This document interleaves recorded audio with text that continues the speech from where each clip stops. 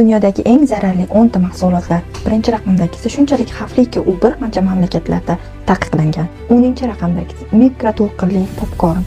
9-si margarin. 8-si chuqur qovurilgan ovqatlar. 7-si qayta ishlangan pishloq. 6-si shakarli donlar.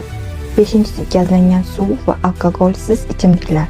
4-si tez tayyor bo'ladigan lapshalar. 3-si qayta ishlangan go'sht, hot-doglar, salvalar, kolbasa, sosiskalar.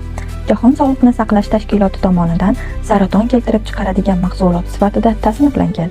2-si kartoshka chipslari bo'lib, ularda akrilamitlar, natriy va trans yog'lar juda ko'p. Birinchi raqamdagisi eng yomoni esa sun'iy trans yog'lardir. Ular margarinda, fastfoodlarda, arzon tayyor mahsulotlarda va kukunli kremlarda uchraydi.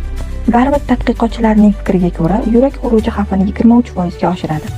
Ayrim davlatlarda ular taqiqlangan, lekin ko'p joylarda ular hali hamon mashhur markalar ostida sotilmoqda.